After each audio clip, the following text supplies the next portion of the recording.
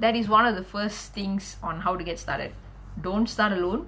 Start with somebody who can help you out in this area. And the other one that I personally wish I had done much earlier was to notice the habits that I have.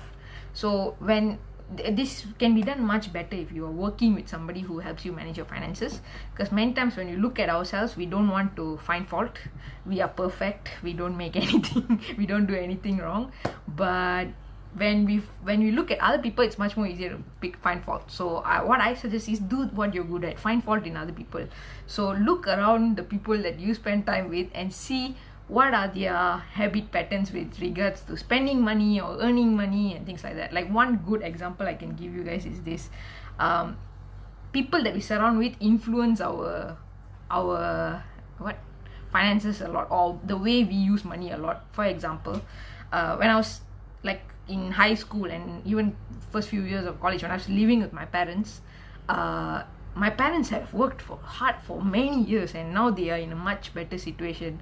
So when we go out for dinner or lunch, they can afford to bring us to restaurants or something, which gives it's a much better food than it's not a mama stall.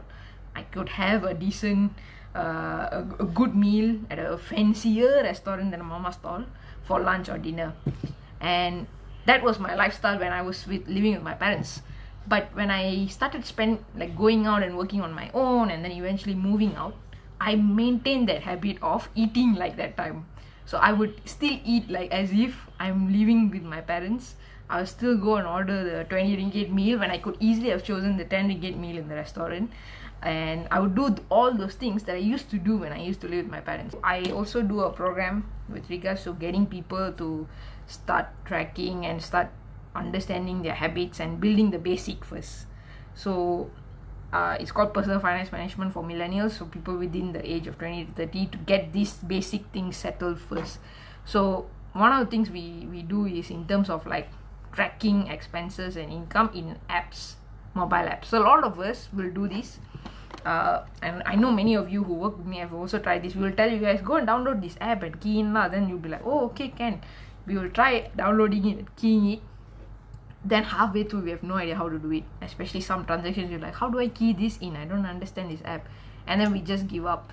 So one thing I personally have realized, which helps to have the outsider to help us out, is these kind of things. If we can get people who actually know how to do it to help us out, then we don't get stuck at these kind of things, and we will actually make progress. If not, like I remember when beginning stages, when I actually was figuring it out on my own, there have been many times where I start and I stop for months, and then I start back again and stop for months, and then start back again and stop for months. So if I already go through this learning curve of figuring out how these things work, other people don't have to do that. They can learn from me, and they can skip the whole drama of stopping and figuring it out. So that is one of the advantages of having somebody outside to look at your finances and work with you on it.